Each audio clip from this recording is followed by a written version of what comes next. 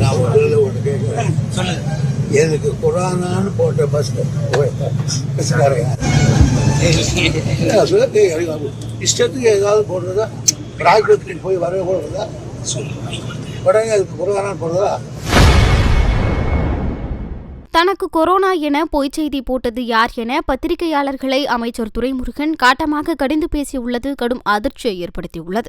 நான் ஒன்று கேட்குறேன், எனக்கு குரானான்னு போட்ட பஸ்காரையா இஷ்டத்துக்கு ஏதாவது போடுறதா, ராஜ்பத்திரிக்கு போய் வர போடுறதா, உடனே அதுக்கு குரானான்னு போடுறதா? பெரிய அபகலம் பண்ணது வேலூர் பிரஸ் தான். யார் ஒரு பிரஸ்தானு? நான் ஒன்று கேட்குறேன், உங்களோட நான் தோழமையோடு ஓடுறேன், அப்படி தான் போடுங்க வாழ்நாட்டில். அது நான் பரவாயில்ல, உங்களோட ப்ரெஸ்ஸுக்கு இல்லை அதிக மரியாதை வச்சுக்கிறோம்ல. ஏன்னா பிரஸ் தான் கண்ணும் கருத்தும் அவங்க சொல்கிறது.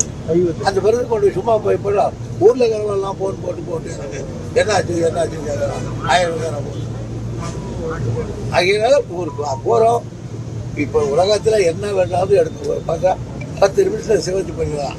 நாம் அதை வச்சுக்கிட்டே இது பண்ணால் போயிட்டோம். வேலை சின்ன இங்கே ஒரு அடிப்பட்டால் போய் பார்ப்பாங்க, அதையெல்லாம் போடணும். அது விடுவா, சில நாடுகளில் அசதியாக இருக்கும், காய்ச்சல் வர மாதிரி போய் பார்த்துருவோம். அதனால தவறாக போடாதீங்க.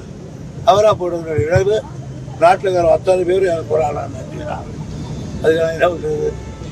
சரி விடுங்க, நடந்தவைகளாக இருக்கட்டும், இனி நடப்பவைகள் நல்லவைகளாக இருக்கட்டும். சார், இப்போ மகளிர் விடியல் பேருந்து வந்தப்பவே ஆட்டோ ஓட்டுநர்கள் ரொம்ப சிரமப்படுறோம் அப்படின்னு சொன்னாங்க சார். இப்போ சிறுபந்தவர்கள் வரனாலையும் சில கிராமப்புற பகுதிகளில் இயங்குகிற ஆட்டோ ஓட்டுநர்கள் ரொம்ப பாதிக்கப்படுறதா ஒரு தகவல் இருக்கு.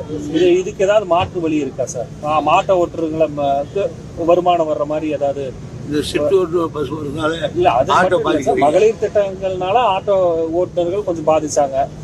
அது மாதிரி அவங்களுக்கு ஏதாவது அடுத்து பார்க்கலாம். அடுத்து அவருக்கு அந்த கஷ்டத்தை இப்படி ரெக்டிஃபை பண்ணுறது அது யோசிச்சு சார்.